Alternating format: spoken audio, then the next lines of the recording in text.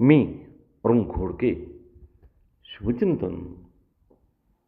सह्याद्रीच्या कमी उंचीच्या ठिकाणाहून नाळ, खिंड, घळी यांच्यामधून घाट वाट जात असल्याने पावसाळ्यामध्ये पावसाचे पाणी वाटेवरून वाहते. त्यामुळे घाट चढणे व उतरणे अवघड होते. घाटाच्या संरक्षणासाठी शिवकालामध्ये अनेक दुर्गांची निर्मिती करण्यात आली होती.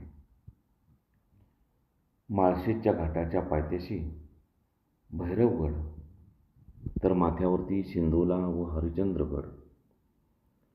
सर्व घाटांच्या पायथ्याशी मृगगड, तर माथ्यावरती कोयरागड. सवासणीच्या घाटाच्या जवळ सुधागड, तैलबैला, कातळा घाट,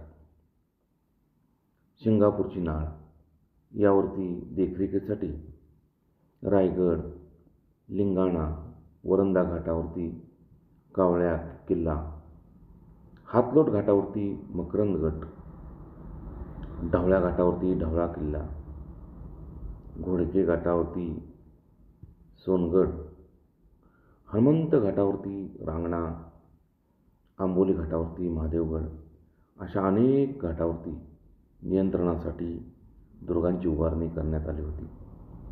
आंबेनळी व पारगावच्या नियंत्रणासाठी शिवरायांनी प्रतापगड बांधला. बहुत काय बोलणे.